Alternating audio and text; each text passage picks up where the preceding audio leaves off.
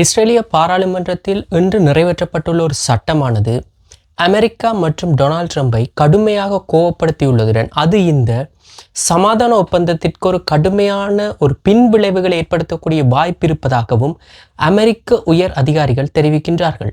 இதை தவிர ரஷ்யா மீது அமெரிக்கா ஏற்படுத்திய அந்த எண்ணெய் உற்பத்தி தொடர்பான தடைகள் காரணமாக இன்று உலக சந்தையிலே எண்ணெயின் விலை 5% அதிகரித்துள்ளது. இது உலக பொருளாதாரத்தில் ஒரு பாதிப்பை ஏற்படுத்துமா அல்லது அமெரிக்காவின் திட்டத்திற்கு இணங்க ரஷ்யாவை சமாதான பேச்சுவார்த்தையை கொண்டு வருவதற்கான வாய்ப்புகள் இருக்கிறதா என்பதை இந்த பகுதியிலே விரிவாக பார்ப்போம்.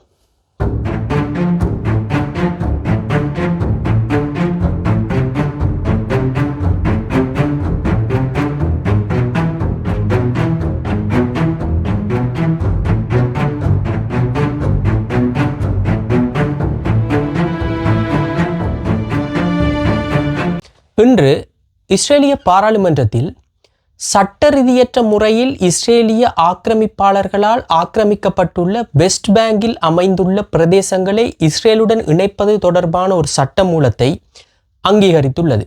இந்த சட்டமூலத்தின் அங்கீகாரத்தின் மூலம் அந்த சட்டவிரோதமான முறையில் குவிக்கப்பட்டுள்ள படைகள் அல்லது மக்களின் குடியேற்றங்கள் என்பன இப்பொழுது இஸ்ரேலியன் பொறுப்பில் கொண்டு வருவதற்கான சட்டமூலம்தான் இந்த சட்டமூலம். இதை கடுமையாக அமெரிக்கா உட்பட உலக நாடுகள் எதிர்ப்புள்ளதுடன் இது சர்வதேச சட்டங்களுக்கு முரணான ஒரு சம்பவம் என்ற ரீதியிலான ஒரு கருத்தை தெரிவித்திருக்கின்றன. குறிப்பாக தற்பொழுது இந்த சட்டமூலமானது இஸ்ரேல் பாராளுமன்றத்தில் நிறைவேற்றி கொண்டிருக்கும் பொழுது அமெரிக்காவின் வைஸ் பிரசிடென்ட் ஜேடி வான்ஸ் இஸ்ரேலில் தான் இருக்கின்றார்.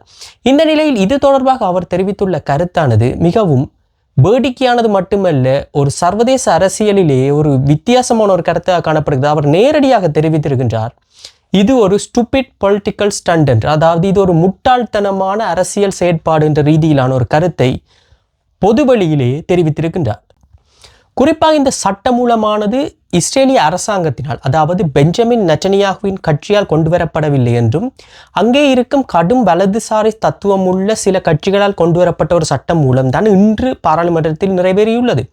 குறிப்பாக இந்த சட்டமூலத்திற்கு ஆதரவாக வாக்களிக்க வேண்டாம் என்று இஸ்ரேலிய பிரதமர் கேட்டுக்கொண்டதின் பேரிலும் இந்த சட்டமூலமானது நிறைவேற்றப்பட்டுள்ளது. குறிப்பாக இந்த சட்டமூலமானது என்ன சொல்கின்றது என்றால், உங்களுக்கு இந்த கடந்த வரலாறுகளின்படி இந்த பலஸ்தீனம் என்பது தற்பொழுது இருக்கும் இந்த காசா ஸ்ட்ரிப்புடன் வெஸ்ட் பேங்க் எனப்படுகின்ற ஒரு பெரும் நிலப்பரப்பு இணைந்துதான் பலஸ்தீனமாக கருதப்படுகிறது சர்வதேச சட்டங்களின் மூலம். இந்த வெஸ்ட் பேங்கை ஒட்டிய பல பிரதேசங்கள் அல்லது பல நிலப்பரப்புகள் கடந்த காலங்களில், குறிப்பாக 1967 ஆண்டில் ஏற்பட்ட மத்திய கிழக்கு யுத்தத்தின் பின்னர் இஸ்ரேலிய படைகளினால் ஆக்கிரமிக்கப்பட்டு அங்கே சட்டவிரோதமாக இஸ்ரேலிய மக்கள் குடியமர்த்தப்பட்டிருக்கின்றார்கள். இதுதான் வரலாறு. கிட்டத்தட்ட இந்த குடியேற்றங்களின் மூலம் 7 லட்சம் அளவான இஸ்ரேலிய மக்கள் அங்கு இருப்பதாகவும் அந்த எல்லையை ஒத்து கிட்டத்தட்ட 33 லட்சம் பலஸ்தீனிய மக்களும் வாழ்வதாகவும் தான் தற்பொழுது இருக்கும் கருத்து கணிப்புகள் தெரிவிக்கின்றன. இந்த நிலையில்தான் இந்த 7 லட்சம் இஸ்ரேலிய மக்களும் சட்டவிரோதமான முறையில் தான் அங்கே குடியமர்த்தப்பட்டிருக்கிறார்கள் என்று சர்வதேச சட்டங்கள் பொதுவாக தெரிவிக்கின்றன. இவற்றை எல்லாத்தையும் தான் தற்பொழுது இஸ்ரேல் தன்னுடைய பாகங்களாக இணைப்பதற்கான முயற்சிகளை எடுத்துக்கொண்டு வருகின்றது. உங்களுக்கு தெரிந்திருக்கும், கடந்த காலங்களில் குறிப்பாக ஒரு மாதத்திற்கு முன்னதாகவே டொனால்ட் ட்ரம்ப் இந்த வெஸ்ட் பேங்க் அனெக்சேஷன் தொடர்பான கருத்துக்களை கடுமையாக தெரிவித்திருந்தார். குறிப்பாக இந்த வெஸ்ட் பேங்கை இஸ்ரேலுடன் இணைப்பதை, அதாவது இந்த இல்லீகல் ஒக்கியூபேஷனை இஸ்ரேலுடன் இணைப்பதை தான் ஒருபோதும் அனுமதிக்க மாட்டேன் என்றும் அப்படி ஒரு செயற்பாடுகள் எந்த காலத்திலும் நடைபெறாது என்ற ரீதியிலான ஒரு உத்தரவாதத்தை தெரிவித்திருந்தார் டொனால்ட் ட்ரம்ப். குறிப்பாக ரீசன்ட் டைம்ஸில், அதாவது 2 நாட்களுக்கு முன்னர் டைம்ஸ் மேகசின்ஸுக்கு அவர் கொடுத்த பேட்டியில் கூட தெளிவாக தெரிவித்திருக்கின்றார், அந்த அனெக்சேஷன் எப்பொழுதும் நடைபெறாது என்றும் தான் இது தொடர்பாக அரப் நாட்டு தலைவர்களுக்கு தன்னுடைய வாக்குறுதியை அளித்துள்ளதாகவும் தெரிவித்துள்ளார். குறிப்பாக இந்த பிரஷர், இந்த இஸ்ரேலானது இந்த இல்லீகல் ஆக்கியூபேஷன்ஸ் மற்றும் அந்த வெஸ்ட் பேங்க் அனெக்சேஷன் தொடர்பான பிரச்சனைகளுக்கு அரப் நாடுகள் தான் கடுமையான ஒரு எதிர்ப்பை தெரிவித்து தற்பொழுது டொனால்ட் ட்ரம்புக்கும் இந்த அரப் நாட்டு தலைவர்களுக்கும் இடையிலான தொடர்பானது மிகவும் நெருக்கமானது.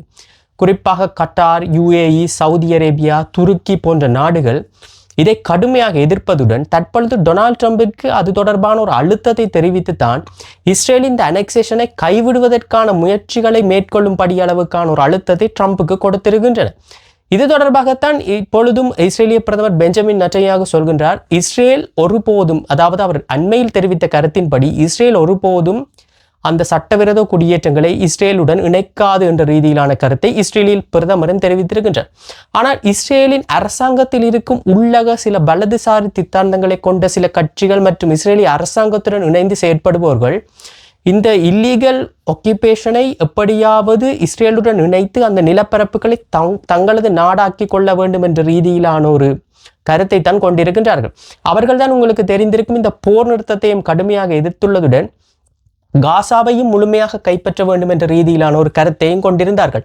ஸோ இந்த நிலையில் தான் தற்பொழுது இந்த இஸ்ரேலிய பாராளுமன்றத்தில் நிறைவேற்றப்பட்டுள்ள இந்த சட்டமானது குறிப்பாக அமெரிக்கா என்று சொல்வதை விட டொனால்ட் ட்ரம்பை ஒரு கடுமையான ஒரு அதிருப்தியை ஏற்படுத்தியுள்ளதுடன் அவர் தன்னுடைய உயர் வட்டாரங்களில் தெரிவித்துள்ள கருத்தாக இப்படியான ஒரு செயற்பாடு நடைபெறும் பட்சத்தில் இஸ்ரேலானது அமெரிக்காவின் ஆதரவை மட்டுமல்ல சர்வதேச நாடுகளின் ஆதரவை கூட எதிர்காலத்தில் இழக்க நேரிடும் என்ற ரீதியிலான ஒரு கடுமையான கருத்தை தெரிவித்துள்ளதாக அங்கிருந்து வரும் தகவல்கள் தெரிவிக்கின்றன.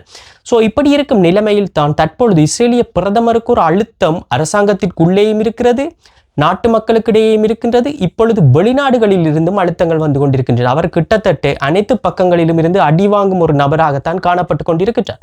ஸோ தற்பொழுது இதற்கு அனைத்து நாடுகள், உலக நாடுகளே கடும் எதிர்ப்பை தெரிவித்துள்ளதுடன் இது சர்வதேச சட்டங்களுக்கு எதிரான ஒரு செயற்பாடு என்ற ரீதியிலான ஒரு கருத்தையும் தெரிவித்துவிட்டு தான் சென்றிருக்கின்றன.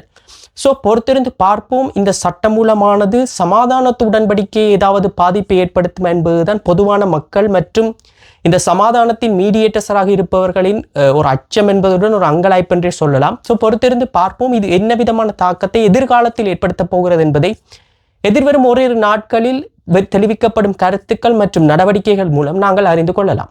2 நாட்களுக்கு முன்னதாக ரஷ்யாவின் 2 எண்ணெய் உற்பத்தி நிறுவனங்கள் மீது அமெரிக்கா கொண்டு வந்திருந்த தடையானது ஒரு உலக பொருளாதாரத்தை மட்டுமல்ல, உலகத்தில் இந்த எண்ணெயை கொள்வனவு செய்யும் நாடுகளின் பொருளாதாரத்திலும் சில ஆட்டத்தை காண்பித்திருக்கின்றது. உங்களுக்கு தெரிந்திருக்கும் ரஷ்யாவின் எண்ணெய் உற்பத்தி தான் உலகத்தின் தேவையிலே 6% அளவு பூர்த்தி செய்கின்றது. அது மட்டுமல்லாமல் ரஷ்யாவின் மிக பிரதானமான பொருளாதார கோலே இந்த எண்ணெய் மற்றும் கேஸ் உற்பத்திகள் தான். ஸோ அப்படி இருக்கும் நிலையில் இந்த 2 நிறுவனங்கள் மீதான தடையானது ரஷ்யாவின் பொருளாதாரத்தை நிச்சயம் ஒரு ஆட்டம் காண வைக்கும் என்பது அனைவருக்கும் தெரிந்த விடயம் தான். ஆனால் இது சர்வதேசத்தை என்னென்று பாதிக்கப் போகிறது என்பதுதான் பொறுத்திருந்து நாங்கள் பார்க்க வேண்டும் என்ற ரீதியான நிலையில் இருந்ததில் இன்று வந்திருக்கும் செய்தியானது மிகவும் ஒரு இடியை போட்டது போலத்தான் இருந்தது. குறிப்பாக இந்த உலகத்தில் இப்பொழுது எண்ணெய் சந்தையில் எண்ணெயின் விலையானது 5% அதிகரித்துள்ளது. குறிப்பாக இன்று அமெரிக்க சந்தையில் காணப்படும் ஒரு பேரல் எண்ணெயின் விலை $62 காணப்படுகின்றது. குறிப்பாக கடந்த 2-3 வருடங்களாக இந்த எண்ணெய் விலையானது மிகவும் லோவர், அதாவது ஒரு மிகவும் குறைந்த நிலையில் தான் காணப்பட்டதுடன் இந்த வரலாற்றிலேயே மிக குறைந்த ஒரு பேரலுக்கான விலையாகத்தான் இது காணப்பட்டிருந்தது. அது தற்பொழுது 5% அதிகரித்து $62 மாறி இருக்கின்றது. இது குறிப்பாக எண்ணெயை வாங்கும் சில வளர்ந்து வரும் அல்லது மிகவும் வறுமைக்குட்பட்ட நாடுகளுக்கான மிகவும் கடுமையான ஒரு தாக்கத்தை ஏற்படுத்தும் என்பது வெளிப்படை உண்மை. குறிப்பாக இந்த டொனால்ட் ட்ரம்பின் இந்த திட்டமானது, அதாவது ரஷ்யாவின் எண்ணெய் நிறுவனங்கள் மீதான தடையானது ரஷ்யாவுக்கு ஒரு பாடத்தை புகட்டுவது மட்டுமல்லாமல் ரஷ்யாவை எப்படியாவது இந்த சமாதான உடன்படிக்கைக்கான டேபிளில் கொண்டு வந்து உட்கார வைத்து விட வேண்டும் என்பது ஒரு முயற்சியாகத்தான் இது காணப்பட்டது. இதற்கு ரஷ்யா இதுவரையில் எந்தவிதமான உத்தியோகபூர்வ பதில்களை வழங்காத நிலையில்தான் இன்று இந்த எண்ணெய் விலை அதிகரித்துள்ளதுடன் சில உள்ளக தகவல்கள் தெரிவிக்கின்றன சைனா மற்றும் இந்தியா ரஷ்யாவிடமிருந்து வாங்கும் எண்ணெயின் அளவை குறைத்து கொள்ளும் தீர்மானத்தை கொண்டிருப்பதாக இப்பொழுது அங்கிருந்து வரும் தகவல்கள் தெரிவிக்கின்றன. ஆனால் இது உத்தியோகபூர்வமாக எந்த விதத்திலும் தெரிவிக்கப்படவில்லை. இருந்த போதும் ரஷ்யாவின் எண்ணெய்க்கான டிமாண்ட் இப்பொழுது குறைந்துள்ளதாகத்தான் உலக சந்தை வட்டாரங்கள் தெரிவிக்கின்றன. ரஷ்யா தான் என்ன சொல்லுவது, உலகத்திலே 2வது எண்ணெய் உற்பத்தி செய்யும் நாடு. உலக தேவைகளிலே மிகவும் அதிகமான எண்ணெய்களை நாடுகளுக்கு வெவ்வேறு விதங்களில் வழங்கும் ஒரு மிக முக்கியமான நாடு. ஸோ தற்பொழுது அதன் பொருளாதாரத்தில் கை வைப்பதன் மூலம் அதை போர் நிறுத்தத்திற்கு கொண்டு வருவதுதான் இப்பொழுது அமெரிக்காவின் திட்டமாக சொல்லப்படுகிறது. ஸோ பொறுத்திருந்து பார்ப்போம். இதை யூரோப்பியன் யூனியனும் நன்றாக வரவேற்றிருப்பதுடன் மேலும் சில சாங்ஷன்ஸை ரஷ்யா மீது போட வேண்டும் என்ற ரீதியிலான ஒரு கருத்துக்களையும் யூரோப்பிய யூனியன் கொண்டிருக்கின்றது. ஏனென்றால் யூரோப்பியன் யூனியனுக்கு ரஷ்யாவின் வளர்ச்சி எந்த விதத்திலும் ஒத்துக்கொள்ளாது, அது எந்த விதத்திலும் ஏற்றுக்கொள்ளாது. ரஷ்யாவின் வளர்ச்சி அல்லது ரஷ்யாவின் கை ஐரோப்பாவில் ஓங்குவதை எந்த ஐரோப்பிய நாடுகளும் விரும்பாதது என்பதுதான் ஒரு வெளிப்படையான உண்மை. ஸோ அப்படி இருக்கும் நிலையில் இப்பொழுது இந்த ஏற்பட்டிருக்கும் இந்த எண்ணெய் விலை அதிகரிப்பானது சில மத்தியதர வளர்ந்து வரும் நாடுகளின் எண்ணெய் கொள்வனவைத்தான் பாதிக்கும் என்பது ஒரு வெளிப்படையான உண்மை. ஸோ பொறுத்திருந்து பார்ப்போம், இது ரஷ்யாவை போர் நிறுத்தத்தின் பக்கம் கொண்டு செல்ல போகிறதா அல்லது மீண்டும் இந்த போர் ஒரு முழு வீச்சில் நடக்கப் போகிறதா என்பதை பொறுத்திருந்து தான் பார்க்க வேண்டும். மீண்டும் இன்னொரு காணொலியில் உங்களை சந்திக்கிறேன். நன்றி.